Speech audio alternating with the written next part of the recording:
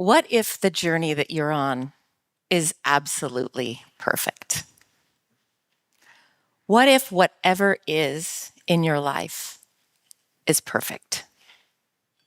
I know that sometimes for me, that statement gives me not always a great feeling in my stomach because it seems like there's so much that is not perfect.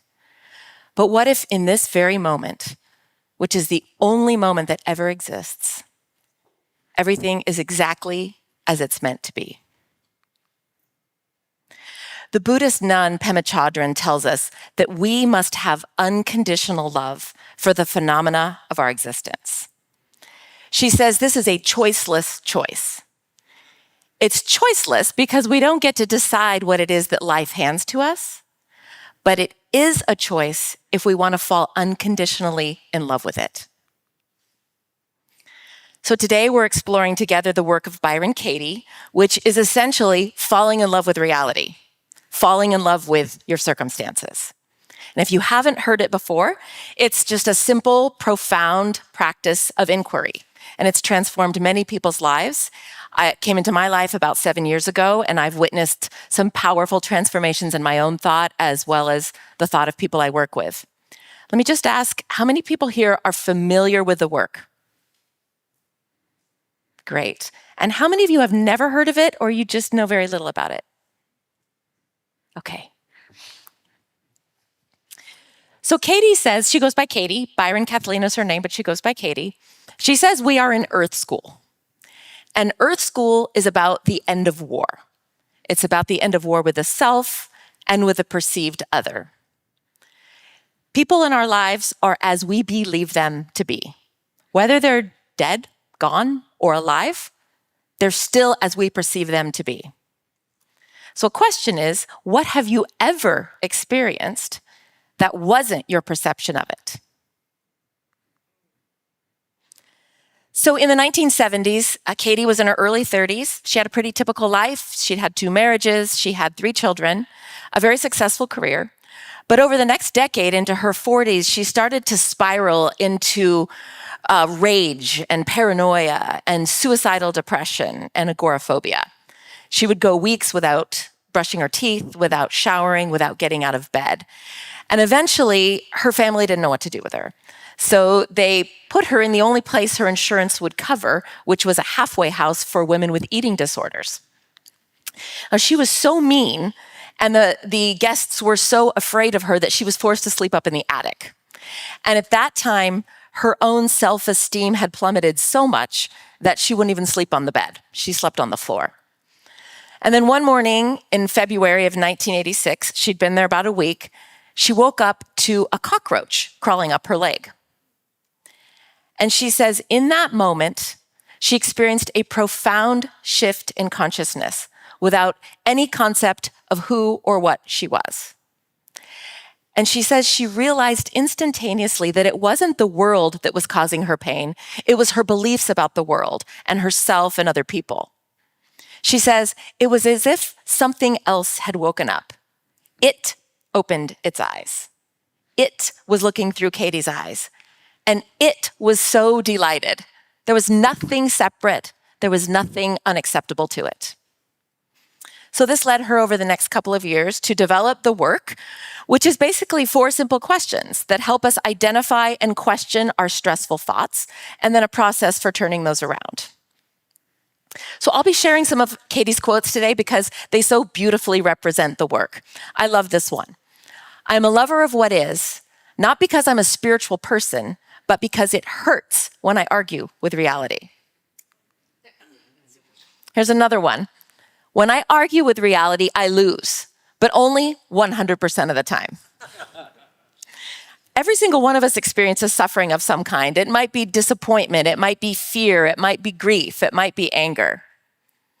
But the work teaches us that our suffering comes not from the circumstances in our lives, but from our thoughts about them. So if I believe the thought, he shouldn't be doing that, or I'm not good enough, or those people are ignorant, we put ourselves into a prison of thought.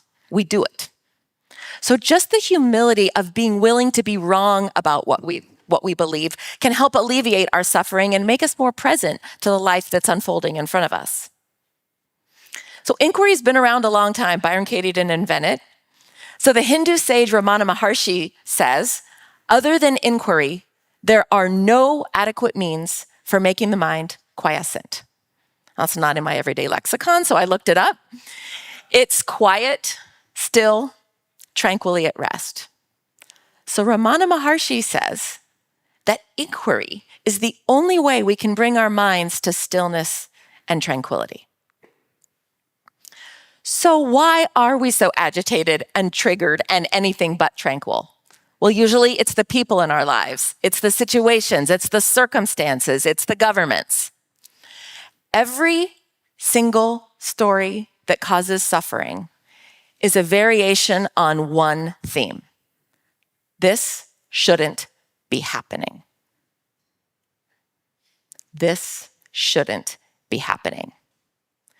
So self-inquiry helps to open up some of that space where we're shoulding and shouldn'ting, where we're ruminating, where we're preventing, where we are planning, where we are criticizing, where we are being a victim. That takes a lot of energy, and it takes a lot of energetic space. So self-inquiry opens that up for something else. We don't have any control over how other people see us. The other is in my life as I perceive them to be. And everything that I don't like about them tells me what I believe about myself. And Katie will say that whatever the other person is thinking or believing makes them, whatever we believe the other person is thinking or believing makes it or them the enemy. So this is the seeds of war. What I'm believing about my other and about my situation that's causing suffering is the seeds of war. But we can ask, how do I react when other people don't see me the way I want them to see me? How do I react when other people don't act the way I want them to? How do I treat them? What do I believe about them? So through inquiry, we can see that if we were thinking and believing what the other person was thinking and believing in that moment when they did that thing, Katie says we probably would have done the exact same thing. So I will go briefly through the inquiry process, and then we are having a deeper dive workshop this afternoon downstairs from 1:30 to 3:30, because this really, the rubber really hits the road when you get this on paper.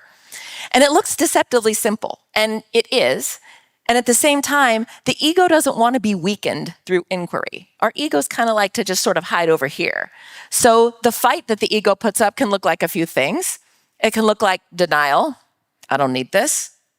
It can look like dismissal. Well, this is for unenlightened people. Or it can look like laziness. I can do this in my head. I don't need to put it on paper. Katie, 40 years later, is still putting this on paper. I was recently doing a book group with some people on Katie's latest book, which is called A Mind at Home with Itself, that she co-wrote with her husband, Stephen Mitchell, where he translates the Diamond Sutra, and then she puts the work into the context. And for some people that were new to the work, that had never done it before, we talked and discussed about some steps that we felt were important to come before we go to inquiry. First of all, it's recognition.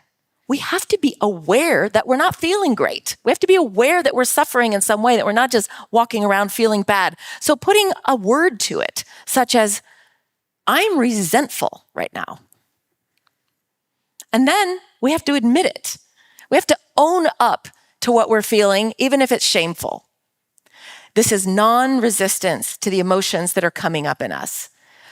I'm going to admit that I'm resentful, even if I wish I wasn't, or I don't want other people to know. And then we honor it.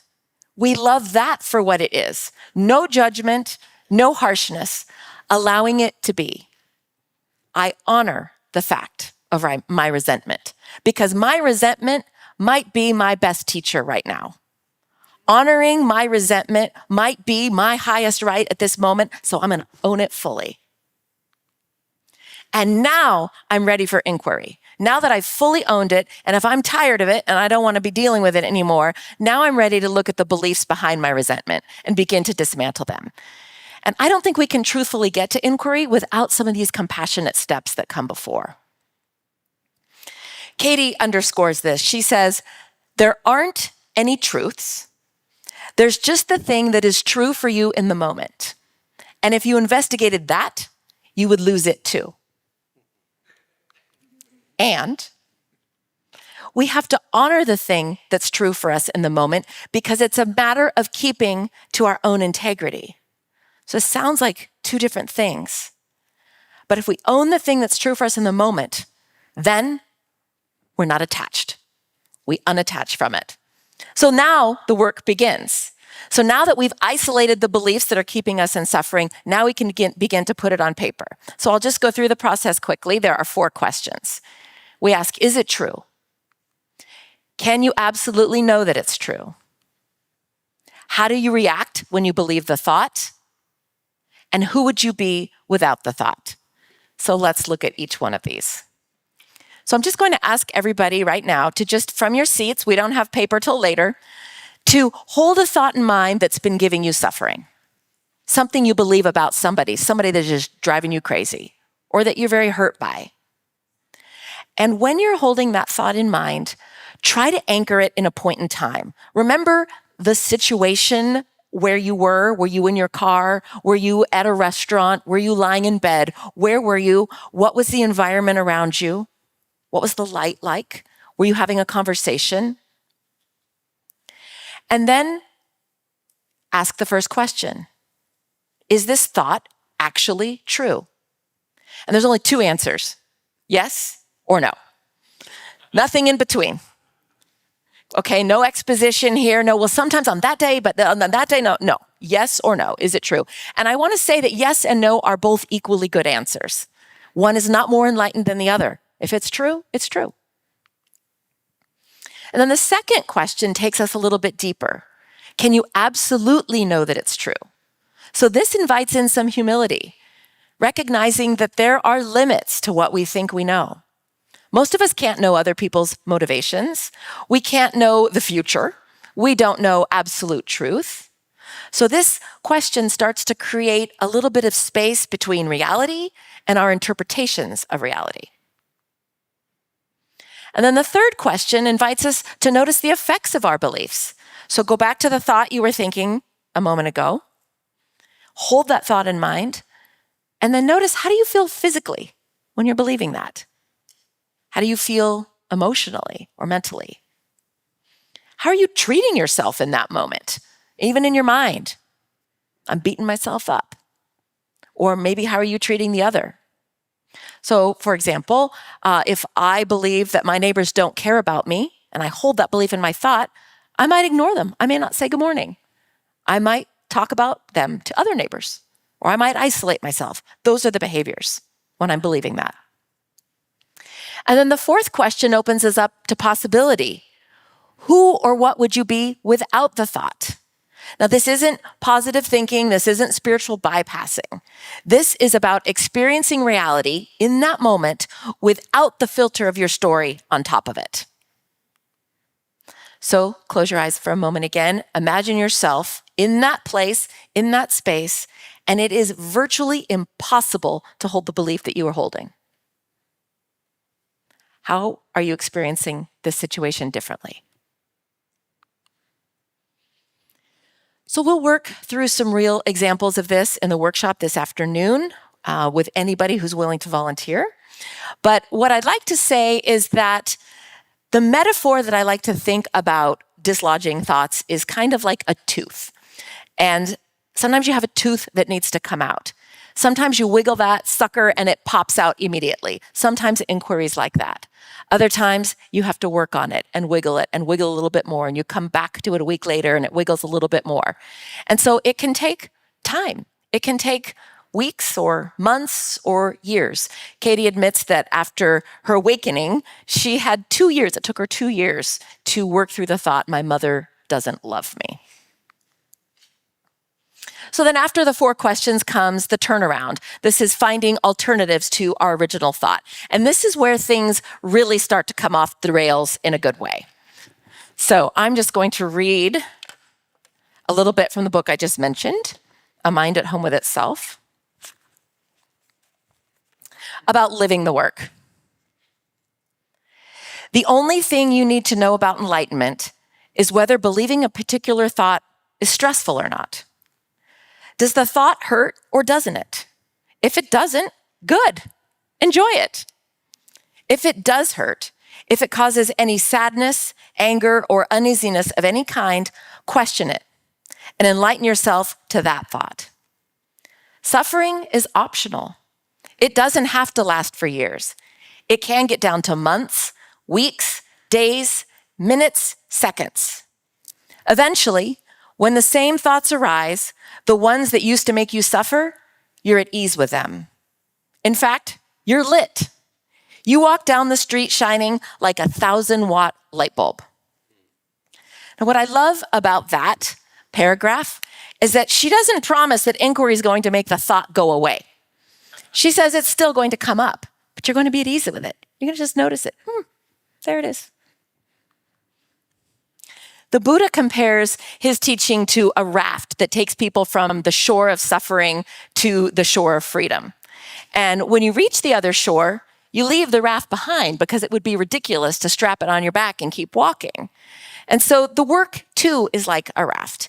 And eventually, through practice, we can stop imposing our thinking onto reality and just experience everything as it is, which Katie and many of the other spiritual teachers have said is pure grace. So related to being here in Earth School and committing to end our war with ourselves and with our perceived others, I love this quote. Peace doesn't require two people. It requires only one, you. And one more closing reading. I am my only world. I'm the only one here. The world is my projection, my imagination lived. Sight, sound, smell, feeling, humans, dogs, cats, trees, and sky. I love the world, both when it appears to live and when it appears to die. The question mind loves the infinite way of it. There's a law in this world. When you think life is so good that it can't get any better, it has to. And you're willing to experience whatever life brings. You look forward to experiencing it. Beautiful, beautiful, misunderstood, benevolent life. Anyone who doesn't love the dream world hasn't understood that life is mind and that there's nothing outside it. It's lost as long as it believes what it thinks. That is its job, to believe what it thinks, until finally, one day, it sets itself free.